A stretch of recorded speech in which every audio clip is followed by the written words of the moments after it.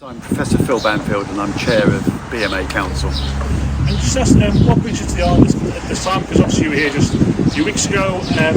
You're not here because this report was correct, they just happened to coincide. Yes, I mean it was very important to follow up from my previous meeting where a number of doctors raised concerns about the healthcare provision on the island. What is worrying for me as a doctor is any doctor who says that they are fearful of raising concerns because of the consequences to them is a worrying sign, because that's potentially unsafe for patients. You need to be able to raise concerns and have them listened to. And just from that report, what do you take as the headline figure from that report? Well, the headline figure is that a significant number of doctors do not feel engaged with how Manx Care is run or how it's delivering services. They do not have confidence in the senior leadership of Manx Care, and they frankly feel that they are not being given the tools to do the job that they're being asked to do. And you've met with the Health Minister today. What are you able to tell us about how them conversations are going? Well, I met with Mr. Hooper today and some of the team. We agreed not to talk about Dr. Rosalind Ranson's case because that's a live case. And so I focused more about the possibility that there was a cultural void going within Manx Care, and that possibility has been strengthened by the findings in our survey.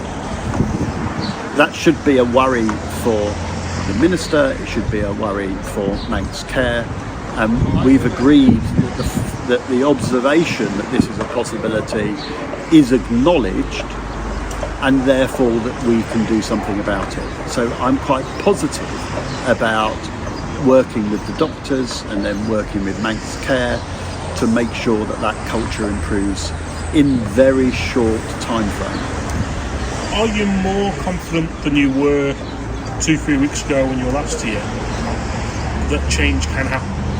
Well, I'm always confident that change can happen because I'm an optimist. There is a new interim medical director who has the confidence of the medical teams. She is really good at listening to people and wants to bring the right kind of management culture. There's a difference between the talk that is being talked by Manx Care and whether that translates into action. I'm going to meet with the doctors again tonight to see where they want to go with this and what kind of help that they want from the BMA to support them in standing up for their colleagues and therefore standing up for patients. Just finally, obviously in the Isle of Man we have a slightly different setup to what you're used to with England and Wales, where we have this arm's length body. Do you think that is giving potentially more opportunity for you to engage on a level with people running the health service that may help change move quicker than perhaps things do in a government-based organisation?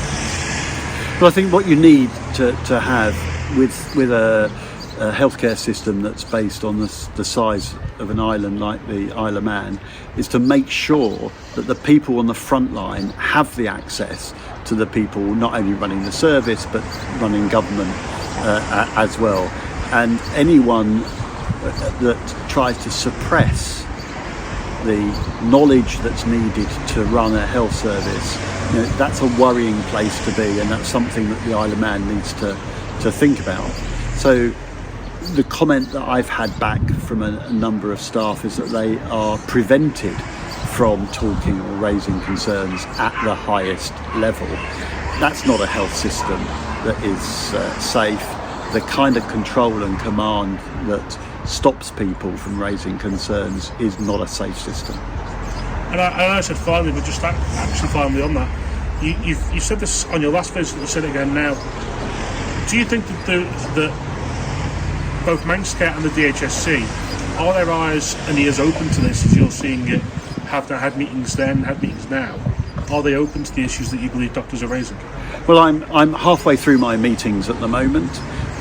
certainly it's getting more and more difficult for them to ignore the data and the results that we are presenting. So the emphasis will be on them to prove that we are wrong, and we don't think that we are, so we will engage with them in improving culture in the future. It has to change for the sake of the population of this island. Thank you. Thanks, sir.